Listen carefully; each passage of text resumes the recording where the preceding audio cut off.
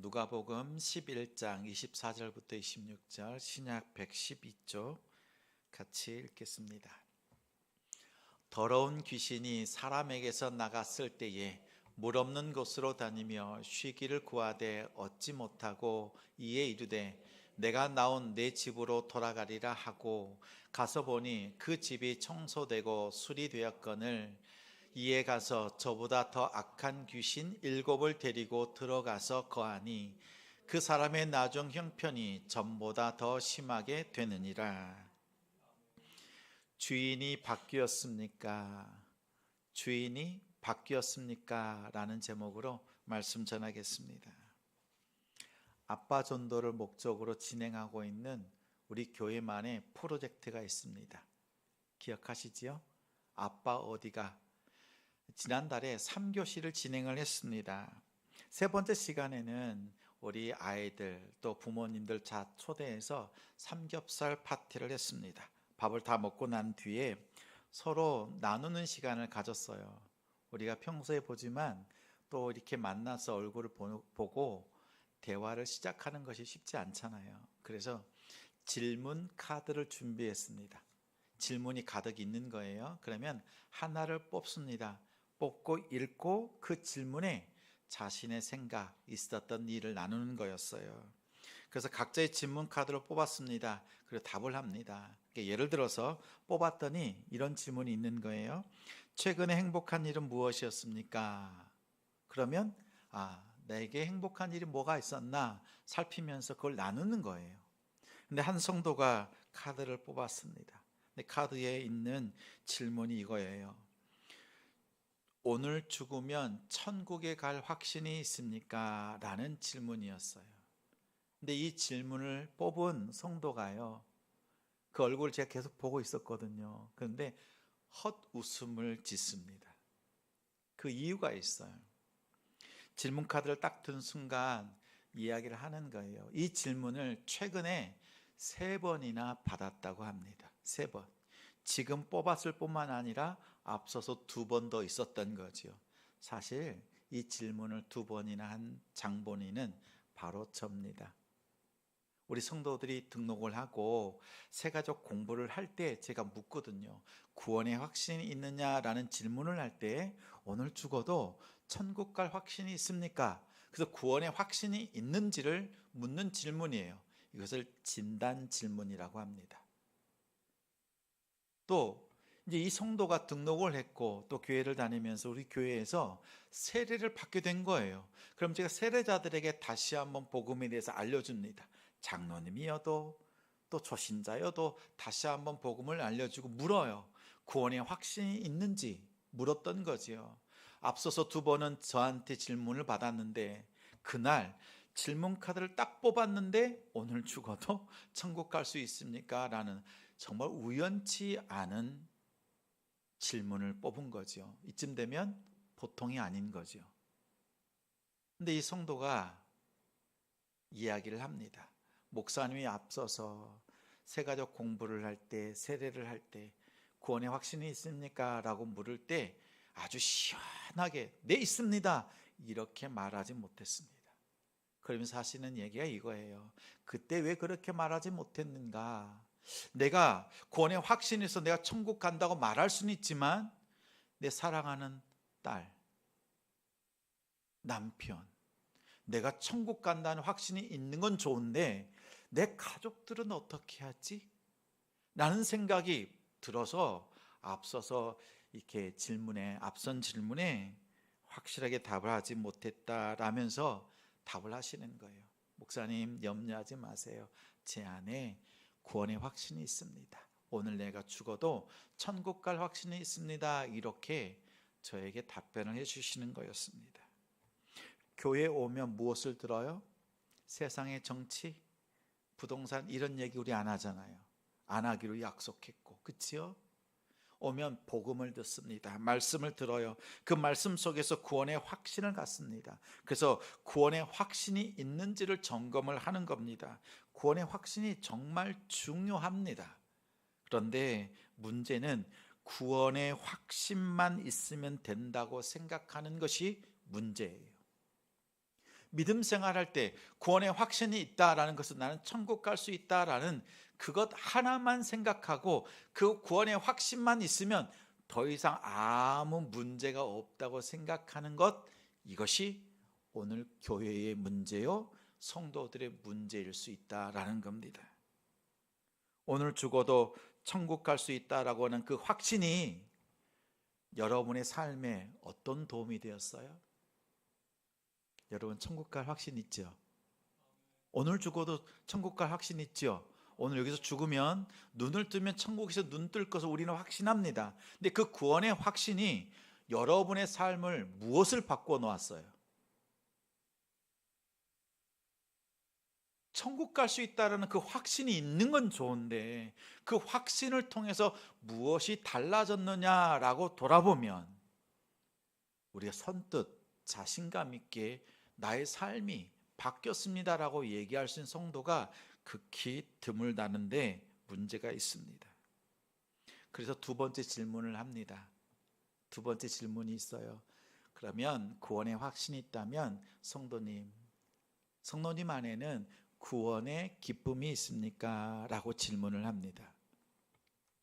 구원의 기쁨은 구원의 확신이라고 하는 토대 위에 구원의 기쁨을 얹어 놓는 거예요. 만약 구원의 확신이 없다면 구원의 기쁨은 잔이 없지요. 그런데 우리가 만나는 당혹스러운 결과들이 있어요. 구원의 확신은 있습니다. 근데 구원의 기쁨이 없는 성도가 허다하다. 우리가 만나는 당혹스러운 현실이 그거예요. 구원의 확신이 있는데 왜 구원의 기쁨이 없을까라는 거예요.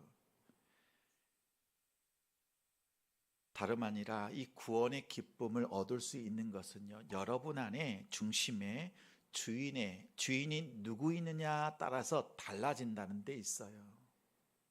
예수님이 정말 주인이라고 하면 구원의 기쁨이 나오는데 예수님이 주인의 자리에 있지 않고 내가 그 자리에 있다면 이 기쁨이라는 것이 나오질 않아요. 왜요? 내 힘대로 하니까, 내가 하고 싶은 대로 하는 거니까. 분명 내 삶 속에는, 내 안에는 예수님이 계세요. 없는 게 아니에요. 예수님 믿어요. 근데 예수님이 주인이 아니야. 예수님 곁에 서 있는 거예요. 중심에 내가 있는 거예요. 그걸 뭐라 그래요?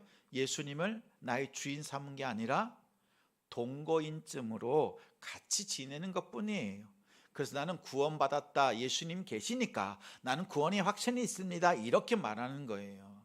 그런데 예수님을 동거인으로 살아가는 신앙생활을 한다면 구원의 기쁨이라는 것이 나오질 않는다. 여기에 있어요. 연예인 이효리 씨 알잖아요. 이 이효리 씨의 강아지 석삼이가 어제 인터넷 뉴스에 보니까 짤막한 그 제목으로 보니까 무지개 다리를 건넜다라는 그런 인터넷 기사가 있었습니다. 버려진 강아지예요. 학대받았던 강아지입니다. 근데 강아지도 좋은 주인을 만나면 강아지 인생은 아니죠. 뭐예요? 강아지의 개생은 아니고 견생. 강아지의 그 견생이 바뀌잖아요. 삶이 바뀌어요. 어떤 주인을 만나느냐에 따라서 완전히 바뀐단 말이에요. 버려졌던 강아지, 학대받았던 강아지 보면 삐쩍 말라버렸고, 근데 주인을 만나고 나니까 통통하게 살이 붙고 건강해집니다. 그리고 돌아다니다가 더럽혀지고 옷물이 묻고 누구나 같이 하지 않습니다. 그런 상황 속에 있는데 주인이 그것을 깨끗하게 씻깁니다. 그래서 깨끗해져요. 그랬더니 그 털이 너무나 아름답고 이쁘고 이렇게 바뀌잖아요. 그리고 처음 볼 때는 어때요? 으르렁거리잖아요. 때로는 두려움 속에서 덜덜 떨고 있고, 그러한 의심의 눈초리로 바라봤던 그 강아지의 그 눈에요, 행복한 그 느낌이 나는 눈망울로 바뀝니다. 어떤 주인을 만나느냐에 따라서 견생도 바뀐다고요.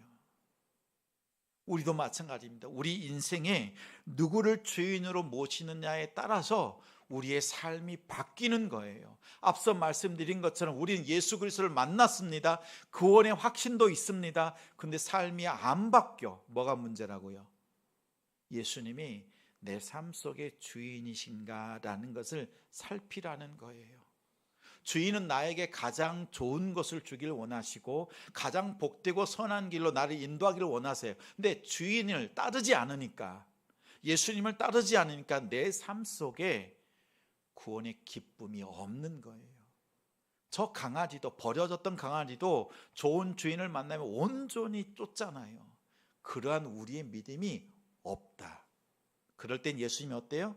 나에게 주인이 아니라 동거인으로 계시지 않은가 우리는 살펴야 돼요. 우리는 생각합니다. 구원의 확신만 있으면 됐지, 천국 가면 된다, 이 생각했어요. 근데 오늘 예수님은요, 그런 구원의 확신, 내 마음이 회개가 되고 눈물이 쏟아지고 감격스럽고 이런 마음의 상태, 오늘 본문 말씀에 보면 청소가 되어져 있고 깨끗해져 있는 우리의 마음, 이렇게 되면 족하다, 다 되었다 생각했지만 그것이 끝이 아니라는 거예요. 오늘 말씀이 우리에게는 뜨끔하기도 하고 저에게 있어서는 정말 무겁고 어떤 사역을 해야 되는가, 이것을 다시 한번 생각해 보는 말씀입니다. 예수님이 이 땅에 오셔서 가장 먼저 하신 일들 중에는요, 축기의 역사가 있어요. 귀신을 쫓아내는 거예요. 귀신 들린 자를 쫓아내는 거였습니다. 예수님이 귀신을 쫓아낸다라는 것은 한 사람을 온전케 했다, 치료했다라는 그 차원이 아니에요. 예수님이 귀신을 쫓아내는데 이 시범적으로 보여주셨는데 오늘 말씀의 배경도 그렇습니다. 오늘 14절 15절 말씀이에요. 같이 읽겠습니다. 예수께서 한 벙어리 귀신을 쫓아내시니 귀신이 나가매 벙어리가 말하는지라 무리들이 기이 여겼으나 그 중에 더러는 말하기를 저가 귀신의 왕 바알세보를 힘입어 귀신을 쫓아낸다 하고, 예수님께서 공중 권세 잡은 악한 영들, 악한 세력들, 사탄의 권세를 꺾어 놓으시는 거예요. 그리고 우리로 하여금 자유케 해주시는 거예요. 예수님께서 하신 일이죠. 벙어리 귀신을 쫓아내니까 벙어리였던 자가 말을 하게 되었습니다. 벙어리 귀신이 있네, 절름발이 귀신이 있네, 하나님 말씀을 듣지 못하게 하는 그런 귀신들이 있네, 이런 영적인 세계가 있다라는 거예요. 그런데 이러한 예수님의 역사, 그 기적, 그 하나님이 일하심을 바라보면서 사람들이 믿지 않아요. 시기, 질투합니다. 그래서 심지어는 모함까지 했어요.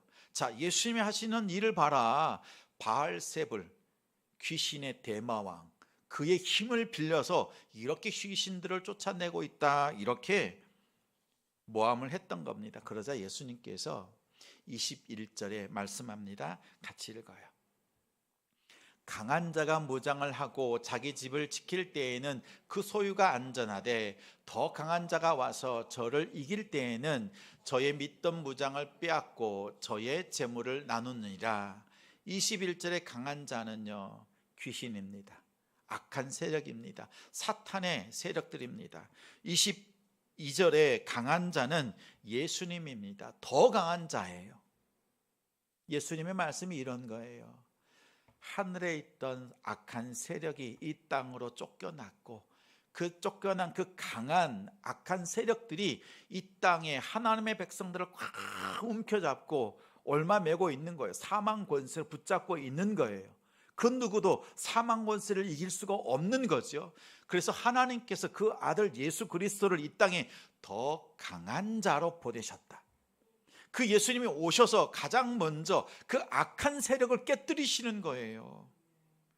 여러분 생각해 보십시오. 예수님이 이 땅에 오셔서 70, 80, 100년 사시면서 수많은 제자들, 12제자가 아니라 수만 명의 제자들을 길러내시고 말씀도 가르치시는 그런 예수님의 인생, 그런 삶이 되었으면 얼마나 좋았겠어요. 예수님 불과 몇 년 사역하셨어요? 3년 공생에 사역하시고 33살 청년의 나이로 죽으십니다. 예수님께서 제자들을 길러내시고 말씀을 가르치시고 하늘 복음을 전하는 것이 정말 중요한 사역인데 왜 십자가를 지셨느냐라는 거예요. 그보다도 중요한 사역이 뭐예요?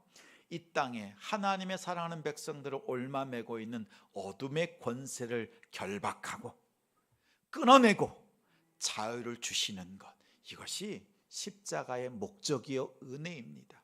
그래서 예수님은 12 제자를 남겨놓으시고 짧은 삶을 사셨던 거예요. 그러나 십자가의 그 죽음을 통해서 우리에게는 영원한 삶, 오히려 죽음을 통해서 죽음을 이기시고 죽음 가운데 이 악한 영들에 사로잡혀서 죽어있던 우리를 다시 살려내신 것이 십자가의 역사란 말이에요. 그리고 예수님은 그 사역을 성실하게 먼저 감당해 내셨던 겁니다. 십자가의 죽음은 저와 여러분을 위한 하나님의 역사입니다. 이렇게 십자가의 구원의 이 아름다운 일이 먼저 선행되어지고 먼저 있고 난 뒤에 이 일에 대한 믿음, 이 일을 듣고 나니까 내 마음속에 믿어지는 거예요. 믿어지는 것도 내가 하는 것이 아니라 내 안에 계신 하나님의 영이 나로 하여금 깨닫게 하여 줘서 믿어지게 되었다라는 거예요. 내가 한 게 있어요, 없어요? 없어요. 하나님이 하셨고 하나님이 하신 일을 믿게 하신 것도 하나님의 일이란 말이에요. 근데 구원의 확신이라고 하는 것은 내가 하는 게 아니야. 내가 눈물 좀 흘리고 감동받고 땅치고 회개하고 이런 것으로 내가 구원의 확신이 있는 것이 아니라 예수님이 하신 그 일이, 그 말씀이 믿어지는 거예요. 여러분, 만약에 내가 감정적인 것, 눈물에 우리가 확신을 두고 있다면 그 눈물이 사라지고 또 병낫게 하는 역사들, 이런 것들에 여러분이 구원의 확신의 근거를 가지고 있다면 금세 그런 것들이 없어지면 여러분의 구원의 확신은 흔들립니다. 그런데 하나님의 말씀에 근거한 구원의 확신은 변하지 않습니다. 왜요? 말씀 자체가 변하지 않기 때문에 우리의 구원의 확신이 변하지 않아요. 자, 하나님이 하셨고 하나님이 우리로 하여금 믿어지게 하셨어요. 구원의 확신은 내가 한 게 아니에요. 하나님이 오롯이 다 하신 겁니다. 여러분, 이 사실을 기억하길 바랍니다. 근데 예수님께서 하시는 말씀이 이거예요. 그 다음에, 자, 그러면 내가 했고 내가 믿어지게 했다는 거예요. 그러면 믿어지게 한 다음에 너희가 구원의 확신 가운데만 머물고 있다면 그것이 무슨 의미가 있겠느냐라는 거예요. 예수 믿기는 믿어요. 예수님을 영접했지만 예수님이 말씀하시는 대로 예수님을 모시고 살지를 않는다면, 그 집이 빈집이면 무슨 소용이 있느냐는 거예요. 예수님이 이 사람에게 와서 기적을 베푸셨잖아요. 귀신을 쫓아냈잖아요. 이 집이 깨끗해졌어요. 근데 예수를 안 믿으면 다시 그 집에 귀신이 들어오는 거예요. 귀신이 들어올 때 뭐라고 얘기를 했어요? 내 집에 내가 다시 돌아가리라. 뭐예요? 예수님은 귀신을 쫓아내고 그 집에 주인이 되기를 원하시는데 이 사람이, 나은 사람이 예수님을 주인으로 영접하지 않은 상황, 다시 말하면 예수님의 그 기적과 은혜를 경험하고도 예수님을 주인으로 모시지 않는 사람, 그 사람의 상황이 우리 예수님의 눈에는 너무나 안타까운 거예요. 그러면 안 된다라는 겁니다. 예수님께서 주시는 게 있어요. 자, 구원의 확신이 있다면 이제 예수님을 영접한 사람들은 나타나요. 증거가 기뻐요, 즐거워요. 갈 때마다 예수님 증거해요, 감사해요. 왜? 예수님 때문에 오는 기쁨을 전하지 않고서는 견딜 수가 없는 거예요. 웃음을 참고 싶은데 배시시 웃음이 계속 나와. 예수가 중심에 있는 성도라는 거예요. 예수님께서요, 이렇게 구원의 확신에 머물러 있기를, 깨끗해져 있는 상태에 있는 사람들 향해서 주시는 말씀이에요. 오늘 본문 말씀 24절부터 26절 한 번 더 읽겠습니다. 더러운 귀신이 사람에게서 나갔을 때에 물 없는 곳으로 다니며 쉬기를 구하되 얻지 못하고 이에 이르되 내가 나온 내 집으로 돌아가리라 하고 가서 보니 그 집이 청소되고 수리되었거늘 이에 가서 저보다 더 악한 귀신 7을 데리고 들어가서 거하니 그 사람의 나중 형편이 전보다 더 심하게 되느니라. 전보다 더 안 좋아졌대. 그전에는 귀신 하나만 있었는데 이제 몇 개예요? 7마리나 들어왔대. 그러면 차라리 귀신을 보내지 않았으면, 한 마리였으면 오히려 더 나았겠다, 이런 생각이 들 정도입니다. 근데 오늘 말씀에 보면 더러운 귀신이 나갔을 때라고 합니다. 더러운 귀신, 이것을 두 가지 면에서 살펴볼 수 있습니다. 첫째는 공동체고, 두 번째는 개인적인 차원에서 이 말의 의미를 살필 수 있습니다. 먼저는 이스라엘이라고 하는 공동체입니다.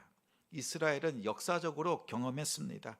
북이스라엘은 아수르에서 완전히 멸망했습니다. 소멸되어 버렸습니다. 지난주 말씀 기억나시지요?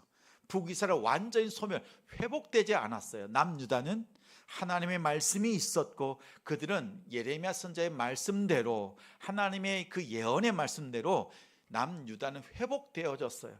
회복되고 난 뒤에 다시 이스라엘이라고 하는 이름을 얻게 되었습니다. 그런데 기억하는 거예요. 고통당하고 나라를 잃어버리고 포로 생활 70년을 보내면서 생각하는 거예요. 뭘 생각해요? 왜 우리가 이런 고난을 당하게 되었지? 왜 우리가 이렇게 힘들게 살지? 가만히 보니까요, 맞다, 예레미야 선지자가 말씀하셨지. 우리가 성전에서 하나님을 예배한 것이 아니라 우상 숭배했다.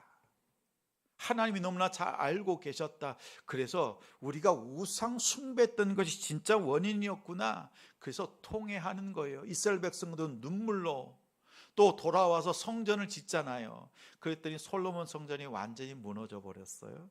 근데 다시 지을 때 스룹바벨 와서 성전을 지어서 스룹바벨 성전을 지었는데 솔로몬의 아름다운 성전과 비교해 보니까 허름해, 보잘것없어. 백성들이 돌아와서 통곡하는 겁니다. 솔로몬 성전의 그 아름다움을 알았던 그 어른 성도들은요, 어떻게 해요? 그 영광을 알기 때문에 이 초라한 성전을 놓고 탄식을 했고, 젊은 세대는 어떻게 해요? 야, 우리가 그래도 돌아와서 하나님께 예배하게 된 것이 너무나 감격스럽다. 다 온 세대가 눈물로 하나님 앞에 통회하면서 스룹바벨 성전을 재건하면서 그렇게 예배했단 말이에요. 근데 문제는 뭐냐면 그렇게 통곡하고 때로는 감격 속에서 예배를 드렸지만 시간이 지나면서 그 성전 안에, 스룹바벨 성전 안에 하나님이 계시지 않는 거예요. 그들의 예배 속에는 하나님이 계시지 않는 겁니다. 사람 중심의 예배로 또다시 바뀌어버렸고 형식적인 종교 행위가 되어버렸습니다. 회개하고 돌이켰지만 그 마음은 잠시 깨끗해졌지만 성전 안에 하나님이 계시지 않아요. 성전의 주인 되신 하나님이 계시지 않는 겁니다. 그래서 병행 구절인 똑같은 말씀이 기록되어져 있는 마태복음 12장 45절에는 오늘 말씀 뒤에 한 문장이 더 있어요. 이렇게 기록하고 있습니다. 이 악한 세대가 또한 이렇게 되리라. 이 악한 세대가 지금 예수님의 말씀을 받아들이지 않고 성전의 주인 되신 예수님께서 이 땅에 오셔서 자신들 앞에서 말씀을 가르치고 있음에도 불구하고 받아들이지를 않으니까 예수님께서 말씀하는 이 악한 세대가 또 어려움을 당하겠구나라는 거예요. 예수님의 슬픔이 여기에 있어요. 아픔이. 예수님이 승천하시고 난 뒤에 40년 뒤에 또다시 외세의 침략, 로마의 침략에 의해서 예루살렘에 있던 성전은 완전히 무너졌습니다. 그리고 또다시 패망하고 말았습니다. 성전의 주인 되신 하나님께서 성전에 계시지 않으니까 더 이상 성전이라 말할 수 없었고 그 성전은 하나님께서 스스로 무너뜨리고 말았습니다. 귀신이 떠날 때라고 하는 것은 성전 안에 하나님의 영이 거하는 것인데 귀신이 떠났다가 하나님이 계시지 않으니까, 예배 가운데 하나님이 없으니까 귀신이 다시 돌아오는 상황을, 그 역사적인 상황을 예수님 말하고 있어요. 공동체가 이 똑같은 반복되는 실수를 하고 있다는 거예요. 자, 이러한 공동체가 되면 안 됩니다. 우리 가정 속에서 우리 한 번 예수 그리스도를 놓쳤을 때 다시 회복해야 합니다. 빨리 회복해야 합니다. 자, 두 번째는요, 개인적으로 봐야 될 부분들이 있어요. 여러분, 귀신의 존재에 대해서 기독교의 변증가였던 C.S. 루이스가 이런 말을 했습니다. 성도들이 영적인 존재에 대해서 생각하거나 그들의 태도가 너무나 위험스럽다라고 해요. 이런 말입니다. 귀신의 존재 믿어요? 여러분 인정하세요? 사탄의 존재가 있다는 거 아세요? 정말이에요? 이렇게 얘기하는 거예요. C.S. 루이스가 말하는 것이요, 귀신의 존재를 지나치게 의식하는 것, 그것도 불신앙이고, 또 반대로 귀신이 없는 것처럼, 그러한 영적인 세계가 없는 것처럼 살아가는 성도도 불신앙이다라는 거예요. 우리는 육신을 가지고 있지만 영적인 세계를 살아가는 존재들입니다. 자, 사탄은 영적인 존재잖아요. 우리 눈에 보이지 않지만 우리의 삶에, 우리의 영혼을 낚아채고 우리를 힘들게 하고 어렵게 하는 존재예요. 영적인 존재예요. 그럼 하나님은 우리를 육적인 존재로 만드셨을 뿐만 아니라 우리에게 영적인 존재, 그 악한 세력을 대항할 수 있는 영적인 분을 우리에게 주셨어요. 누구예요? 성령 하나님이세요. 성령 하나님은 아버지 하나님께로부터 나오시는 영이요, 그리스도로부터 보냄을 받은 영이에요. 그 영이 우리와 함께 하시는 거예요. 우리가 성령을 받은 이유는 그 악한 세력을 우리의 육신으로만 감당할 수는 없어요. 그러니 성령을 부어주셔서 성령으로 악한 세력을 대적할 수 있도록 만드신 거예요. 성령이 우리 안에 들어오셔서 하시는 일, 우리를 도우시는 일이라니까요. 그러면 그분한테 우리가 도움을 구해야죠. 내 힘으로는 안 될 때, 또 성령이 내 안에 들어오셔서 나의 주인이 되어 주셔야 되죠. 그 주인 대신 성령님께 내가 물어야지요. 도와달라고 간구해야지요. 성령은 우리를 도우시는 분입니다. 그런데 성령이 우리를 어떻게 도우시나 한번 보세요. 로마서 8장 26절 27절 화면을 보고 같이 읽어요. 시작. 이와 같이 성령도 우리의 연약함을 도우시나니 우리는 마땅히 기도할 바를 알지 못하나 오직 성령이 말할 수 없는 탄식으로 우리를 위하여 친히 간구하시느니라. 마음을 감찰하시는 이가 성령의 생각을 아시나니 이는 성령이 하나님의 뜻대로 성도를 위하여 간구하심이니라. 성령이 우리를 도우신다고요. 성령이 우리를 도우시는데 어떻게 도우시느냐라는 거예요. 여러분 성경 읽을 때 꼼꼼하게 자세하게 읽어야 돼요. 보니까 우리가 어쩔 수 없는 상황 속에 놓일 때가 있어요. 우리가 기도를 해야 되는데 기도할 힘조차도 없고 기도할 마음도 생기지 않고 낙담해 있을 때 성령이 우리를 도우신다고. 어떻게? 탄식함으로 우리를 위하여서 기도하신대요. 우리는 생각하죠. 그럼 이 말씀이 내가 기도하지 못할 때, 기도 제목이 있는데 기도하지 못할 때 성령님이 나를 대신해서 대신 기도해 주시고 나의 그 문제들을 해결해 주시고 나의 부족한 부분들을 채워주도록 성령께서 그렇게 간구해 주시는구나, 이렇게 생각할 수 있지만 그런 뜻이 아니에요. 그런 뜻이 아니에요. 보니까 뭐라고 얘기하고 있어? 26절에 탄식함으로 간구하신대요. 왜 탄식하시는 거예요? 왜 탄식하시죠? 성령이 우리 안에 영원히 거주하시면서 왜 탄식하세요? 우리가 하나님의 뜻을 알면서도 하나님의 말씀을 들으면서도 그 말씀대로 행하지 않아요. 예수님을 믿으면서도 예수님을 주인으로 믿고 살지 않아요. 삶의 변화가 없어요. 그러니까 우리 안에 있는, 여러분 안에 있는 성령께서 탄식하는 거예요. 누구에게? 아버지 성부 하나님께 기도하시는 거예요. 하나님, 얘 좀 보세요. 이 성도를 좀 보세요. 말씀을 알면서도 안 합니다. 하나님이 이 성도가 하나님의 말씀을 깨닫게 해주시고 하나님의 말씀에 순종케 해주시고 하나님을 속이지 않을 수 있도록 하나님 역사해 주세요라고 성령 하나님께서 성부 하나님께 통곡하시면서 탄식하면서 하나님께 간구하고 있다는 뜻입니다. 내 안에 있는 성령을 탄식하지 않게 해야 돼요. 내가 불순종하면 성령은 탄식해요. 하나님 앞에서 우리가 음란한 대로 나아갈 때, 세상 사람들과 똑같은 죄악 가운데 헤매고 있을 때 성령은 이젠 떠나지 않으세요. 왜요? 구원하시니까. 그런데 탄식하신다고요.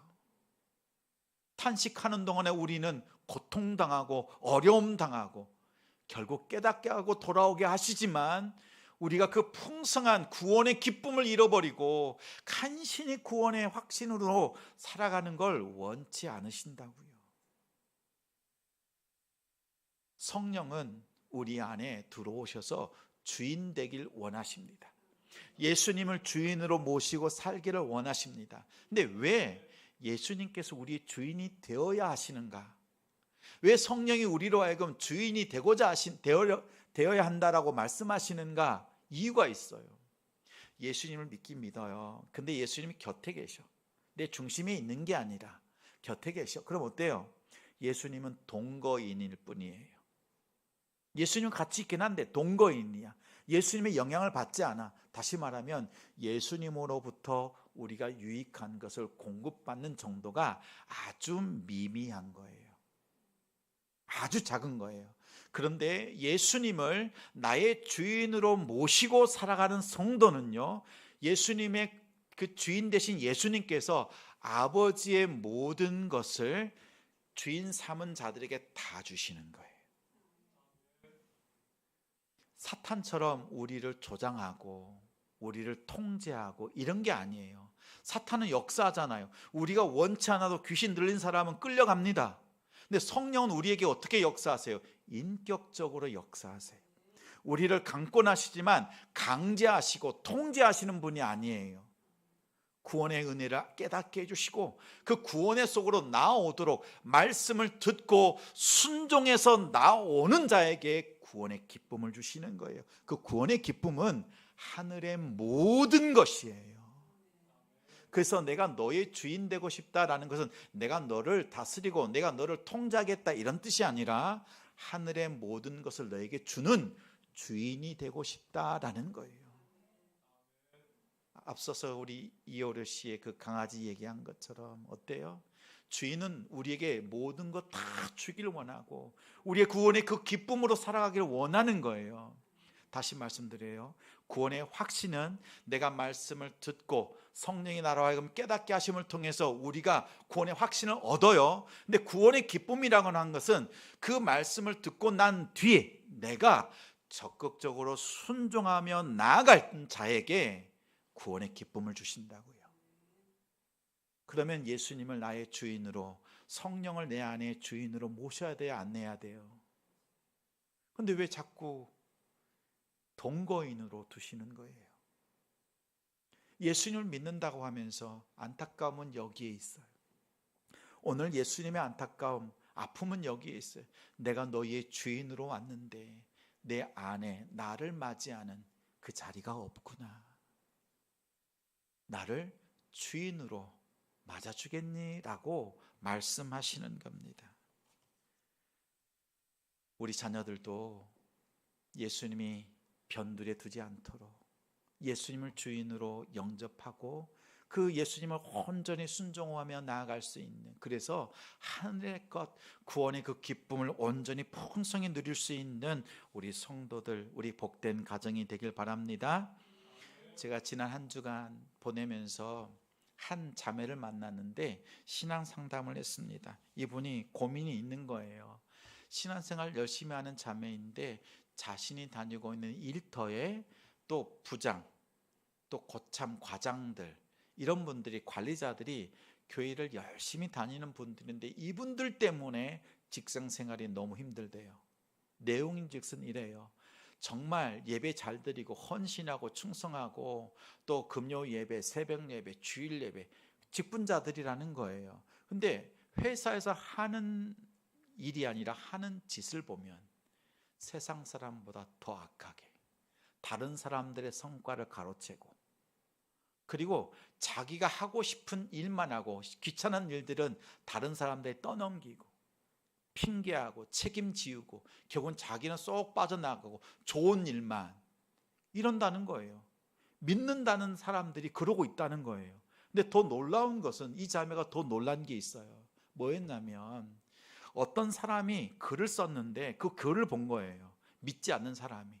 근데 자기 부서 안에 교회에 다닌다고 하는 그 사람들의 이름을 써놓고 그들이 일터에서 어떻게 생활하고 있는지를 다 기록을 남겨놨더라는 거예요. 앞서서 얘기한 내용들인 거예요. 믿지 않는 사람들이요, 믿는 사람들을 펼쳐놓고 그 이름을 써놓고 평가하고 있는 그 노트를 본 거예요. 그래서 이 자매가 자기도 자기의 직장 상사니까 판단하지 않으려고 비판하지 않으려고 애쓰는데 그게 어려울 정도라는 거예요. 여러분 보십시오. 많은 사람들이 이렇게 살아간다는 거예요. 저는 우리 성도들이 그러지 않았으면 좋겠어요. 일터에 갔더니 예수님 변방에 있고 자기가 앞장서서 하고, 그래서 세상 사람들에게 본의 안 되고, 근데 예수님이 중심에 있다고 하면 기쁨이 나올 것이고 그들에게 예수님이 주시는 그 풍성한 기쁨이 전해질 거예요.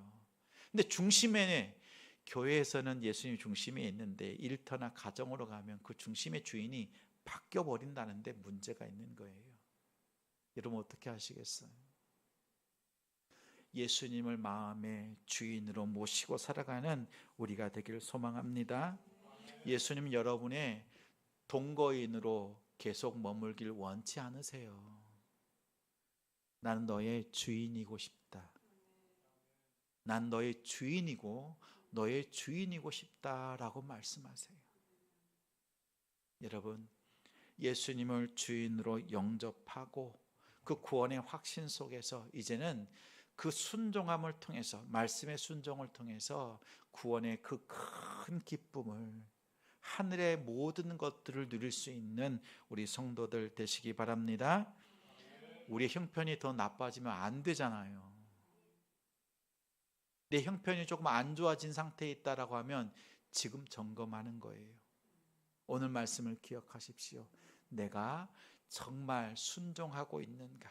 순종함을 통해서 구원의 기쁨의 그 풍성함의 그 깊이와 넓이를 깨닫고 하나님 앞에 기쁨으로 나아가는 우리 성도들 되시기를 주님의 이름으로 축원합니다. 우리 말씀 기억하며 함께